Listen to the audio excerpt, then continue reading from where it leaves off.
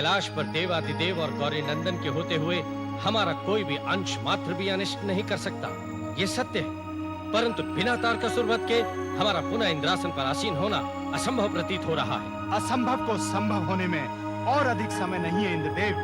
कुमार कार्तिकेय का कैलाश पर लौट आना इस बात का सूचक है। अग्निदेव, प्रिय कुमार आकाश गंगा से लौट आए हैं, ये हमारे लिए शुभ संकेत है। परंतु उनका युद्ध के लिए प्रेरित न होना हमारे लिए विकट समस्या बनी हुई है। हाँ इंद्रदेव, देवी पार्वती का स्नेह उन्हें युद्ध की ओर आकर्षित नहीं होगी और देवी के क्रोध के समक्ष हम प्रार्थना करने का साहस नहीं कर सकते।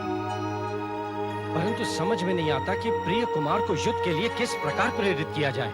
इसके लिए हमें चिंता करने की आवश्यकता नहीं है इंद्रदेव। हम चिंता न करें तो कौन करेगा अग्निदेव? जिन्हें करना चाहिए पवनदेव, जिन्हें इस सृष्टि के प्रत्येक प्राणी का ध्यान है, अर्थात विघ्नेश्वर गजानन गणेश। गजानन गणेश? अग्निदेव, वे तो निश्चित ही हमारे लिए सदैव चिंतित रहते हैं, परंतु इस समय हमारी चिंता का विषय है कि प्रिय कुमार को युद्ध के लिए किस प्रकार प्रेरित करें। इंद्रदेव, गजानन गणेश भी इस कार्य के लिए प्रयासरत हैं। अग्निदेव, क्या आप हमें स्पष्ट बताएंगे? इंद्रदेव, गजानन गणेश कुमार को युद्ध कला सिखा रहे हैं। इस बात से यह प्रतीत नहीं होता कि युद्ध कला सिखाने का उद्देश्य कुमार कार्तिकेय के हृदय में अस्त्रों शस्त्रों के प्रति जिज्ञासा उत्पन्न करना है। हाँ अग्निदेव, ये तो स्पष्ट है। इंद्रदेव, जब एक योद्धा के हृदय में शस्त्रों के प्रति उत्साह उत्पन्न हो जाता है तो वो स्वतः ही युद्ध की ओर आकर्षित हो जाता है। आपका कहना उचित है अग्निदेव। ये तो गजानन गणेश अप्रत्यक्ष रूप से हमारे ही हित में कार्य कर रहे हैं और प्रिय कुमार जिस तीव्रता से युद्ध कला में निपुण होते जा रहे हैं, उससे हमारा लक्ष्य और भी सरल होता जा रहा है। हाँ देवेंद्र, गौरी नंदन की भांति हमें भी प्रयत्न करना चाहिए, जिससे इंद्रलोक प्राप्ति का मार्ग और भी सरल हो जाए। अवश्य प्रयत्न करना चाहिए पवनदेव। यदि हम प्रिय कार्तिकेय से युद्ध कला सिखाने की बात करेंगे तो देवी पार्वती को भी किसी प्रकार की आपत्ति नहीं होगी और कुमार को तारकासुर वध की प्रेरणा भी मिलेगी। अग्निदेव, पवनदेव, ऐसे उचित कार्य हेतु हमें शीघ्र कैलाश भवन जाकर कुमार कार्तिकेय से मिलना चाहिए। प्रणाम गौरी नंदन। प्रणाम देवगण। गौरी नंदन, क्या बात है? सदैव आपके समक्ष रहने वाले कुमार कार्तिकेय दिखाई नहीं दे रहे। इंद्रदेव, कुमार कार्तिकेय भवन में है। गौरी नंदन, आप कुछ व्यथित एवं चिंतित दिखाई दे रहे हैं, क्या इसका कोई विशेष कारण है?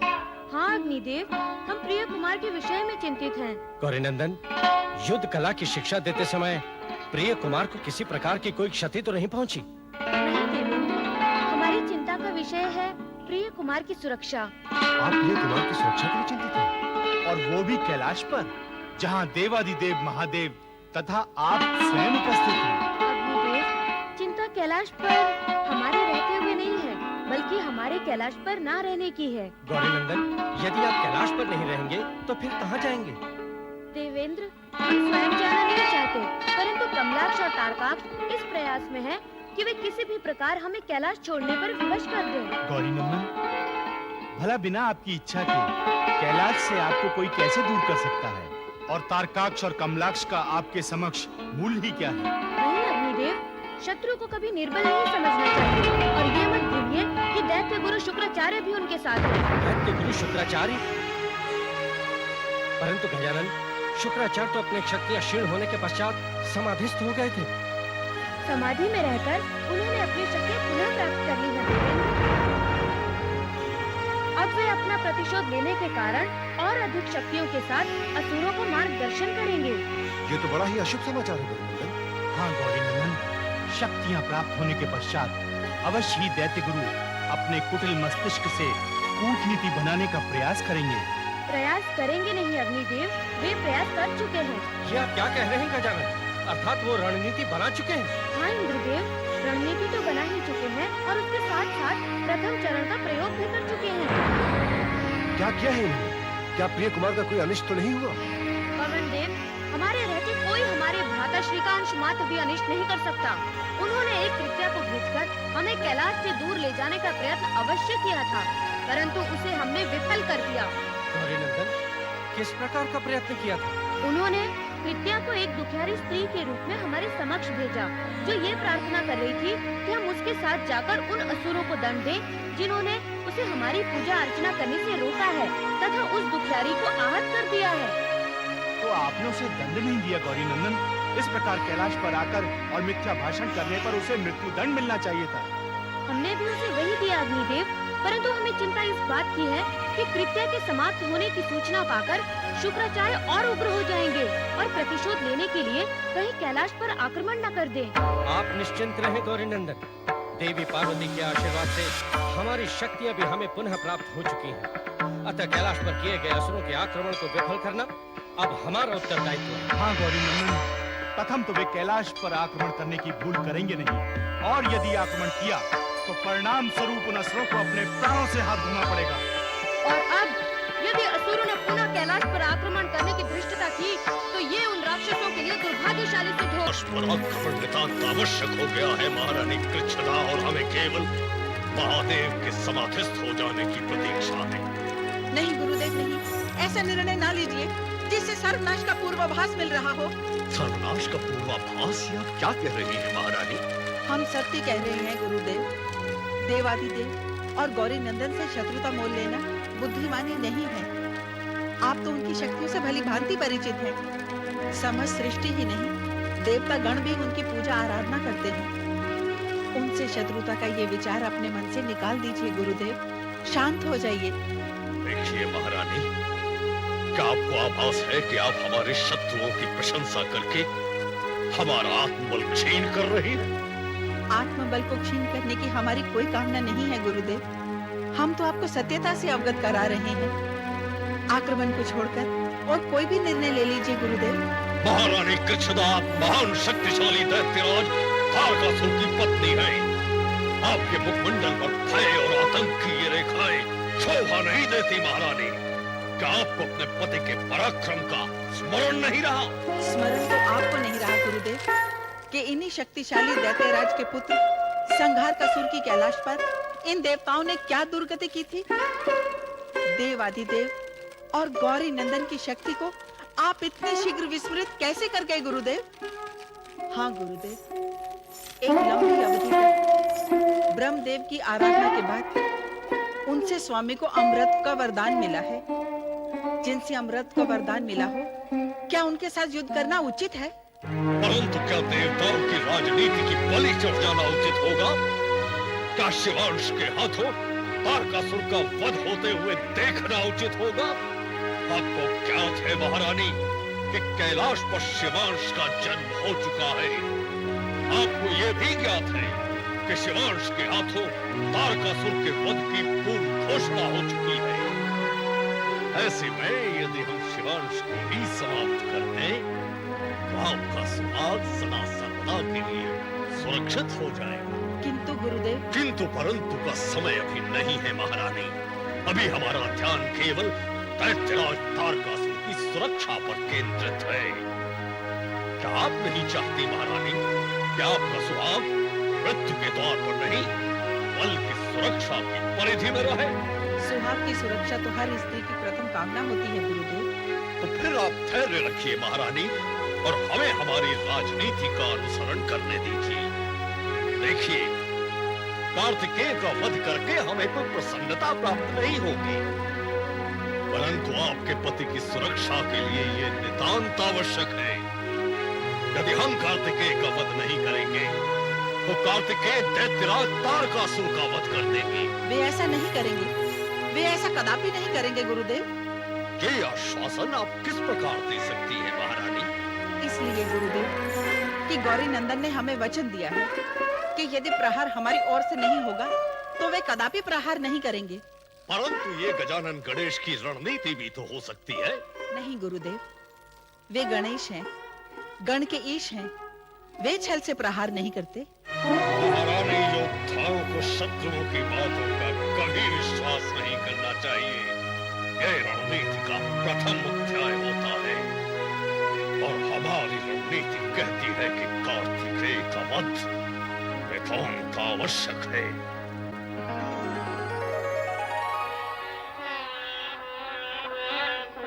प्रणाम पिताश्री। आयुष्मान भव पुत्र। आप अकेले आए? आपके साथ आपके भ्राता गणेश नहीं आए? भ्राताश्री को अवसर ही कहाँ है? वह सदैव अपने कार्य में व्यस्त रहते हैं। उनके पास हमारे साथ क्रीड़ा करने का अवसर ही नहीं है। आप रुष्ट ना हो पुत्र। पुत्र गणेश के कंधों पर और भी कई उत्तरदायित्व हैं और अपने उत्तरदायित्व को निभाना वो अपना कर्तव्य मानते हैं। पिताश्री, एक विषय है जो हमारे मन में प्रश्न बना हुआ है। ऐसा कौन सा विषय है पुत्र जिसने आपको चिंता में डाल दिया? पिताश्री, कोई तो बात अवश्य है जो भ्राताश्री हमसे छुपा रहे हैं। हम जब भी उनसे प्रश्न पूछते हैं तो वो कुशलता से टाल जाते हैं।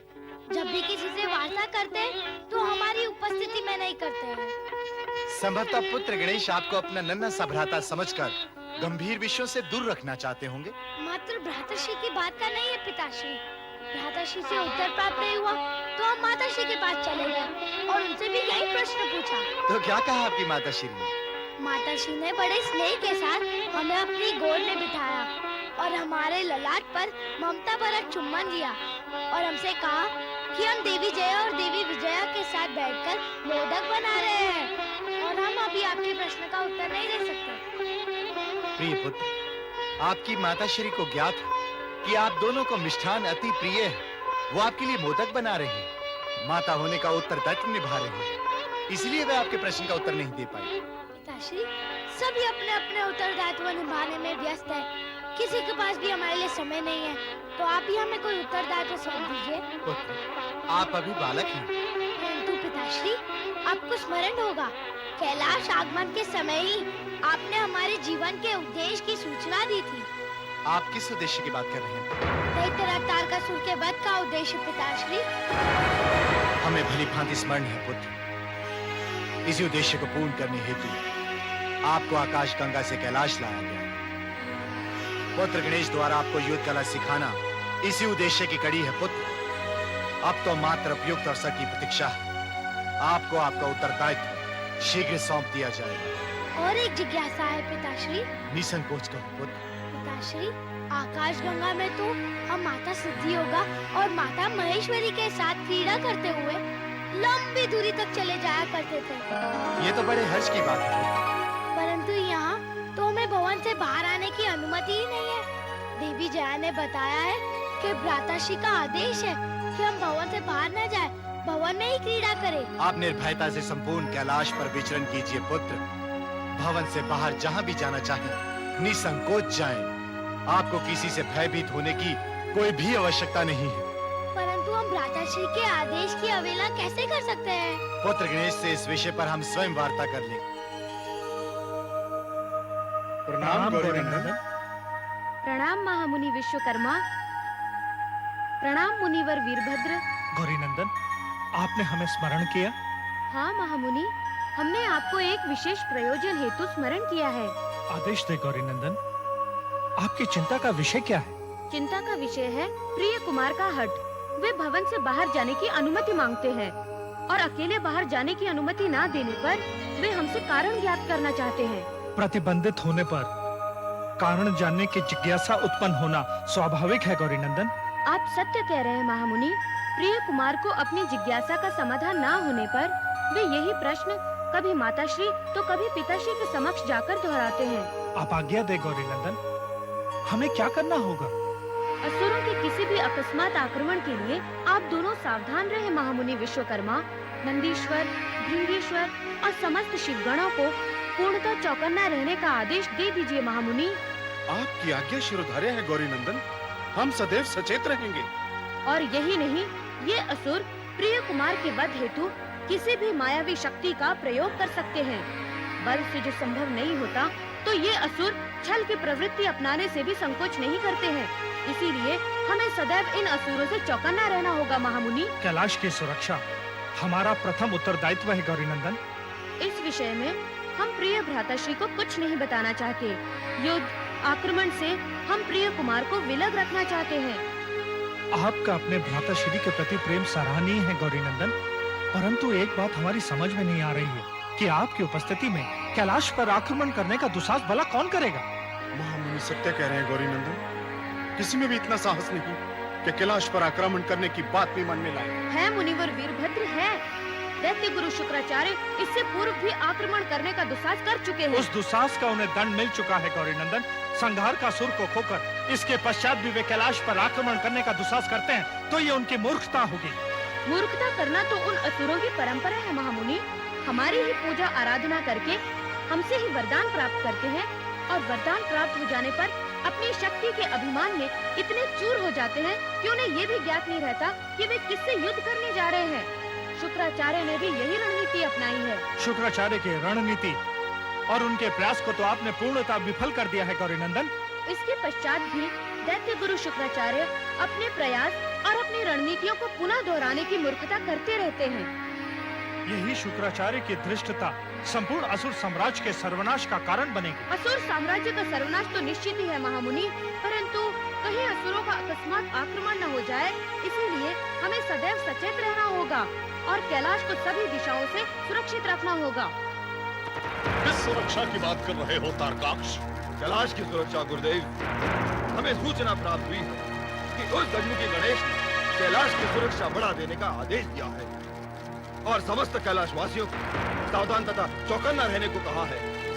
अर्थात गजानन गणेश को हमारे आक्रमण की योजना का आभास मिल चुका है। आपका अनुमान सत्य है गुरुदेव। कृत्या को कैलाश भेजने की योजना से ही संभवतः गजानन गणेश ने ये अनुमान लगा लिया होगा। यदि गणेश ने ऐसा अनुमान लगा भी लिया तो भी हमें लेश मात्र अंतर नहीं पड़ता। हमारी भुजाओं में इतनी शक्ति है कि हम कार्तिकेय का वध कर देंगे। मूर्खतापूर्ण वार्ता न किया करो तारकाक्ष। गजानन गणेश की शक्ति को तुम इतना शीघ्र भूल गए? क्या तुम्हें ज्ञात नहीं कि गजानन गणेश ने अनेक बार हमारे आक्रमण को विफल किया है? क्या तुम्हें यह भी ज्ञात नहीं कि महादेव के रौद्र रूप के समक्ष हमारी रक्षवाहिनी सेना जलकर मुट्ठी भर राख में परिवर्तित हो गई थी? युद्ध में केवल बाहुबल की आवश्यकता ही नहीं होती, बुद्धि बल भी आवश्यक होता है। आप उचित कह रहे हैं दैत्य गुरु, परंतु ऐसी विकट परिस्थिति में अब आप ही हमें बताएं कि हमें क्या करना चाहिए। समय काल के अनुसार हमें नई रणनीति निर्धारित करनी होगी। नई रणनीति? हाँ कमलाक्ष, स्थितियां सर्वथा विपरीत हैं। इन परिस्थितियों में कैलाश पर आक्रमण करना किसी भी प्रकार अनुकूल सिद्ध नहीं होगा। रणनीति हमें परिवर्तित करनी होगी। हम आपका आशय नहीं समझे गुरुदेव। देखो तारकाक्ष, कैलाश पर आक्रमण के विचार का हमें सर्वथा परित्याग करना होगा। ये आप क्या कह रहे हैं गुरुदेव? हम वही कह रहे हैं कालनेमी जो इस समय उचित है। अर्थात यह निश्चित है कालनेमी कि गजानन गणेश के कैलाश पर रहते हम कैलाश पर आक्रमण नहीं कर सकते। अतः इसीलिए हम इंद्रादि देवताओं को बंदी बनाना चाहते हैं। परंतु इंद्रादि देवताओं को बंदी बनाने से कैलाश पर आक्रमण करने का क्या संबंध गुरुदेव? संबंध है तारकाक्ष, संबंध है। यदि हम इंद्रादि देवताओं को बंदी बनाने में सफल हो जाते हैं तो उन्हें छुड़ाने के लिए गजानन गणेश को कैलाश से हटना ही होगा और वही उपयुक्त समय होगा कैलाश पर आक्रमण करके कुमार का वध करने का। आप धन्य हैं गुरुदेव, आप धन्य हैं। ये समय प्रशंसा करने का नहीं है, ये समय है योजना तैयार करने का, ताकि हम देवताओं को अपहरित करके उन्हें बंदी बना सके। हमारी समझ में ये बात बिल्कुल भी नहीं आ रही है। क्या बात देवेंद्र? यही अग्निदेव कि कितनी कठोर साधना करने के पश्चात दैत्य गुरु शुक्राचार्य ने अपनी शक्तियां पुनः प्राप्त की होंगी और वो उन्हें पुनः खो देने के लिए वही त्रुटि कर रहे हैं जो उन्होंने इससे पूर्व में की थी। हाँ इंद्रदेव, संभवतः उन असुरों को सहयोग देने के कारण और असुरों द्वारा उसकी अवहेलना करने के कारण ही उनकी शक्तियां क्षीण हो गई। इसके पश्चात भी दैत्य गुरु शुक्राचार्य उन दुष्ट असुरों का सहयोग करना चाहते हैं। हमारा इस बात से क्या प्रयोजन है इंद्रदेव कि दैत्य गुरु किसका साथ दे रहे हैं, क्यों दे रहे हैं तथा उससे असुरों को क्या लाभ होगा? हमें तो बस एक बात की ही चिंता सताई जा रही है कि उनके इन प्रयासों के कारण यदि कुमार कार्तिकेय का कुछ अहित हो जाता तो हमारा तो जीवन ही व्यर्थ हो जाता। आपका कहना उचित है अग्निदेव। प्रिय कुमारी अब वो एकमात्र सहारा है जो हमें इस शरणार्थी की भांति जीवन व्यतीत करने से छुटकारा दिला सकते हैं। बिना कार्तिकेय के तारकासुर के वध की कल्पना करना व्यर्थ है। हाँ इंद्रदेव, अभी हमें अपना संपूर्ण ध्यान कुमार कार्तिकेय की सुरक्षा पर लगा देना चाहिए। हाँ अग्निदेव, आपका कहना उचित है। प्रिय कुमार की सुरक्षा ही अब हमारा मुख्य लक्ष्य है और इसके लिए हमें सदैव सतर्क रहना होगा। देवेंद्र, अर्थात हमें अपनी सुरक्षा से अधिक प्रिय कुमार की सुरक्षा पर ध्यान केंद्रित करना होगा। हाँ पवन देव, और उनकी सुरक्षा में ही हमारा कल्याण निहित है। इंद्रदेव, इन असुरों का साहस तो देखिए। क्या? काल, नेमी, तारकाक्ष और कमलाक्ष के साथ? इनकी मति भ्रष्ट तो नहीं हो गई देवेंद्र? हाँ, इनकी मति भ्रष्ट हो गई है, तभी इन्होंने कैलाश पर आने की धृष्टता की है। प्रणाम इंद्रदेव, प्रणाम अग्निदेव, प्रणाम पवन देव। पुत्र तारकाक्ष, पुत्र कमलाक्ष, प्रणाम करो इन्हें। राम इंद्रदेव। प्रणाम। काल नेमी, तुम्हारा इस प्रकार अकस्मात कैलाश पर आकर यह व्यवहार करना कदाचित आश्चर्यजनक है। अवश्य इंद्रदेव, आप सत्य कह रहे हैं। अब इस प्रकार के कृत्य के पीछे आपका मंतव्य क्या है कालनेमी? यही स्पष्ट करने के लिए हम यहाँ आए हैं अग्निदेव। शीघ्र स्पष्ट करें कालेमी। वैसे शुभ मंतव्य लेकर आए होगे, हमें यह प्रतीत नहीं होता। नहीं पवन देव, ऐसा नहीं है, परंतु हम समझ नहीं पा रहे हैं कि अपनी प्रार्थना आपसे कैसे करें। ऐसा कहते हुए हमें बड़ी ग्लानि हो रही है। काल नेमी, स्पष्ट कहो क्या अभिलाषा लेकर आए हो। देवेंद्र, हमारी आपसे करबद्ध प्रार्थना है कि आप हमारे पुत्र तारकाक्ष और कमलाक्ष की धृष्टताओं को क्षमा कर दीजिए। तारकाक्ष को क्षमा कर दें? हाँ देवेंद्र, ये दोनों भी बालक हैं। अपने पिता तारकासुर के कोप भवन में चले जाने के कारण ये दोनों विचलित हो गए थे। हाँ इंद्रदेव, पिताश्री की अवस्था हमसे देखी नहीं गई और हम विचलित हो गए। अन्यथा हम तो शांति चाहते हैं। काकाश्री सत्य कह रहे हैं इंद्रदेव। स्वयं गुरुदेव शुक्राचार्य भी शांति चाहते हैं। दैत्य गुरु शुक्राचार्य शांति चाहते हैं?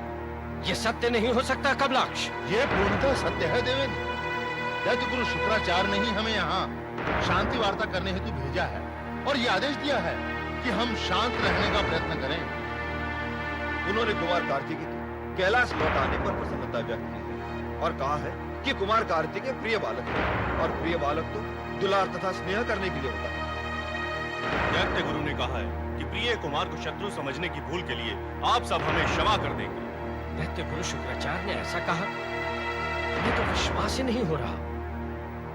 विश्वास ना करने का तो कोई कारण ही नहीं है देवेंद्र। भूल सुधारना कोई अनुचित बात नहीं है। ये अपनी भूल सुधारना चाहते हैं, इसी हेतु आपसे क्षमा मांगने आए हैं। हमें आशा ही नहीं, अभी तो पूर्ण विश्वास है कि आप हमें क्षमा कर देंगे। क्या इतनी प्रार्थना के पश्चात भी आप इन्हें क्षमा नहीं करेंगे देवेंद्र? नहीं कालने में ऐसी बात नहीं, परंतु ऐसी स्थिति में हम क्या विचार व्यक्त करें हमें समझ नहीं आ रहा। यदि आप दैत्य गुरु शुक्राचार्य के विचारों से पूर्णतः अवगत हो जाएंगे तब आप अवश्य निर्णय ले पाएंगे गुरुदेव। पुत्र तारकाक्ष उचित कह रहे हैं देवेंद्र। हमारा भी मत है कि आप दैत्य गुरु शुक्राचार्य से आकर मिलें। इसके पश्चात आप भी हमारे विचारों से अवगत हो सकेंगे। ये निश्चित है कि आप इस बात से संतुष्ट होकर आएंगे कि अब हम सब शांति चाहते हैं और अब हमारा कैलाश पर आक्रमण करने का कोई विचार नहीं है। यद्यपि हमें इस बात पर आश्चर्य हो रहा है कि दैत्य गुरु शुक्राचार्य ने अपना विचार बदल लिया, परंतु हम आपके द्वारा किए गए निवेदन तथा प्रार्थना का सम्मान करते हुए दैत्य गुरु शुक्राचार्य से अवश्य मिलेंगे। क्या कह रहे हैं इंद्रदेव? दैत्य गुरु शुक्राचार्य अपनी आसुरी प्रवृत्ति छोड़कर आपसे भेंट करना चाहते हैं? ये सत्य है गौरी नंदन।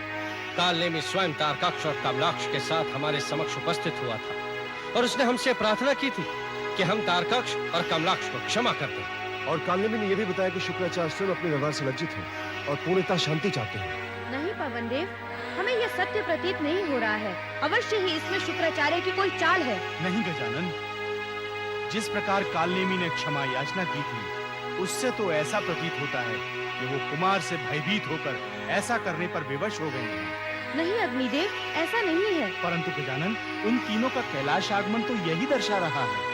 यही तो आप सबकी समस्या है अग्निदेव। आप सब वही देखते हैं जो शुक्राचार्य दिखाना चाहते हैं। ये आप क्यों भूल जाते हैं कि शुक्राचार्य एक महान कूटनीतिज्ञ हैं और उनकी नीतियों को समझना आसान नहीं है। गौरीनंदन, यदि वे असुर अपनी करनी पर लज्जित नहीं हैं, तो उन्हें यहाँ आने की क्या आवश्यकता थी? हाँ गौरीनंदन, और इस प्रकार उन्हें क्षमा याचना करने की आवश्यकता क्या थी? अवश्य पवन देव, निश्चय ही उन्हें क्षमा याचना करने की आवश्यकता नहीं थी और तारकासुर वध से बचने के लिए उनको आसुरी प्रवृत्तियां छोड़ देना ही पर्याप्त था। परंतु इस प्रकार अपने आप को लज्जित दर्शाना भी उचित नहीं था। उसके पश्चात भी वे ऐसा क्यों कर रहे हैं अग्निदेव? हो सकता है गजानन, तारकासुर के अपनी मृत्यु के भय से कोप भवन में चले जाने के कारण उनका मनोबल निर्बल पड़ गया हो, अथवा आपके द्वारा कृत्या को समाप्त कर देने के कारण संभवतः शुक्राचार्य को अपनी शक्तियों के निर्बल होने का आभास हो गया हो। यह भी हो सकता है गजानन कि हमारे द्वारा पुनः शक्तियां प्राप्त कर लेने के कारण वो हमारी शक्तियों का सामना करने में असमर्थ हों। नहीं अग्निदेव, ये सब अर्थहीन बातें हैं जिनका कोई औचित्य नहीं।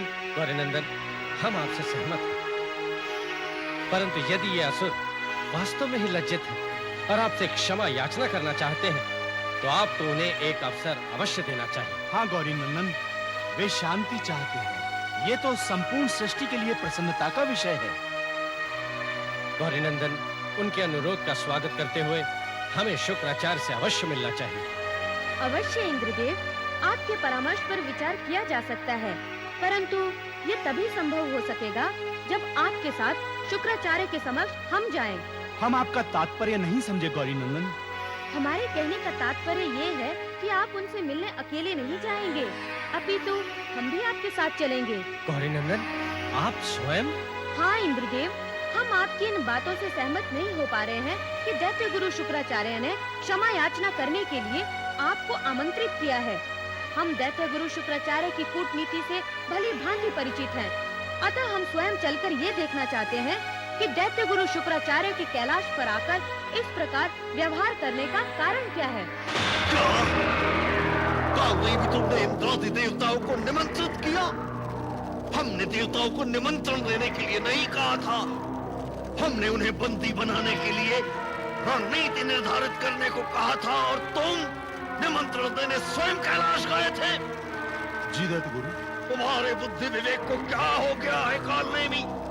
न केवल तुम स्वयं कैलाश गए, इन दोनों को भी साथ लेकर गए। तुम्हें गजानन गणेश का रंच मात्र भी भय नहीं? दैत्य गुरु, हम गजानन गणेश से नहीं, उन देवताओं से मिलने गए थे जो कैलाश पर शरणार्थियों की भांति विचरण कर रहे हैं। हाँ गुरुदेव, काकाश्री ने उनकी इसी निर्बलता का लाभ उठाते हुए उन्हें यहाँ आने का निमंत्रण दिया है। गुरुदेव, काकाश्री ने ऐसा जाल बिछाया है कि इंद्र आदि देवताओं को यहाँ आना ही होगा और उनके आते ही हम उन्हें बंदी बना लेंगे। परंतु तुमने ऐसा क्या किया है कालनेमी जो देवताओं को यहाँ आने के लिए विवश होना पड़ेगा?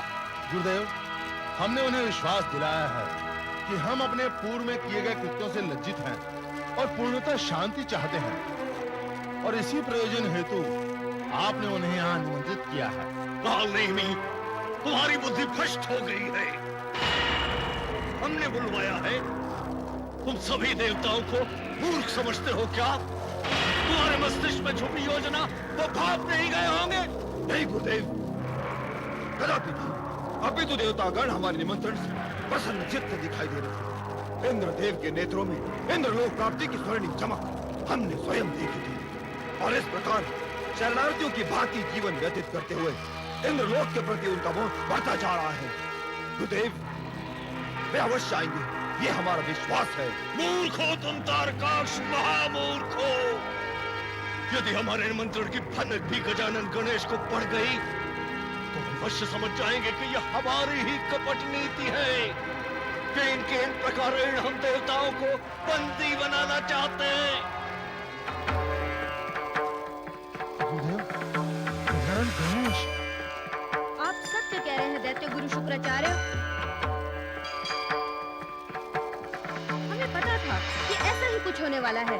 दैत्य गुरु शुक्राचार्य, आप ऐसा करके एक बार पुनः अपनी सीमा लांघ रहे हैं।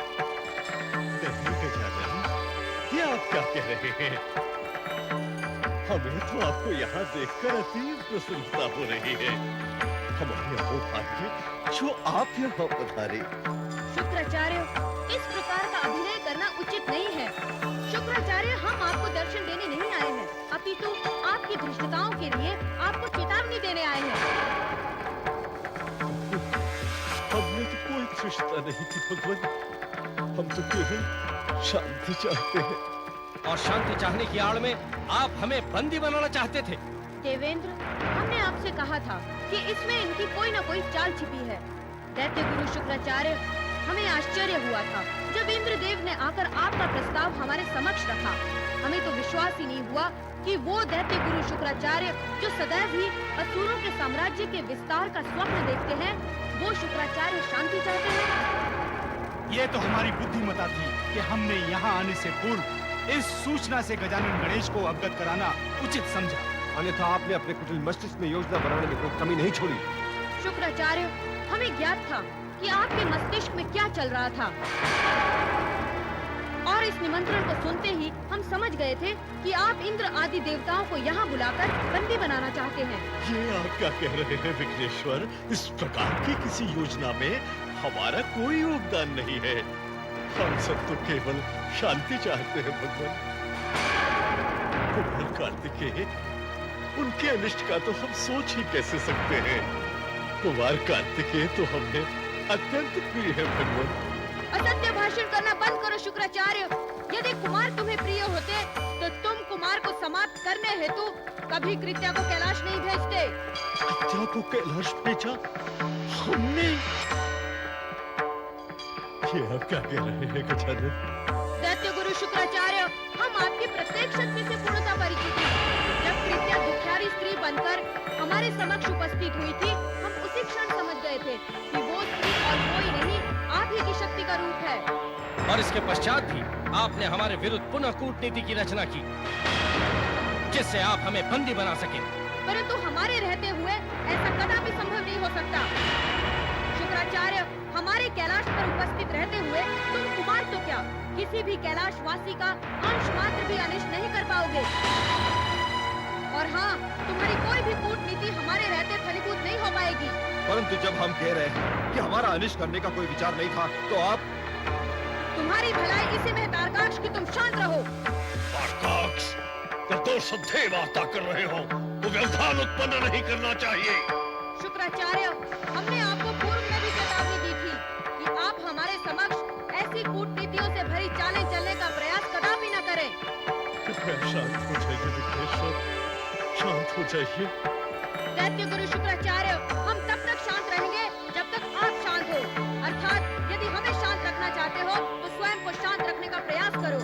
यदि इसके पश्चात आपने ऐसा कुछ भी करने का प्रयास किया जिससे कैलाश की शांति भंग हो, तो ये समझ लो शुक्राचार्य कि संपूर्ण असुर साम्राज्य का विनाश निश्चित है। नहीं विघ्नेश्वर, हम आपको विश्वास दिलाते हैं, हमारे द्वारा ऐसा कोई कार्य नहीं होगा। और एक बात तुम भी सुन लो तारकाक्ष कालनेमी, यदि इसके पश्चात तुमने या किसी भी असुर ने कैलाश पर आने का प्रयत्न किया और कुमार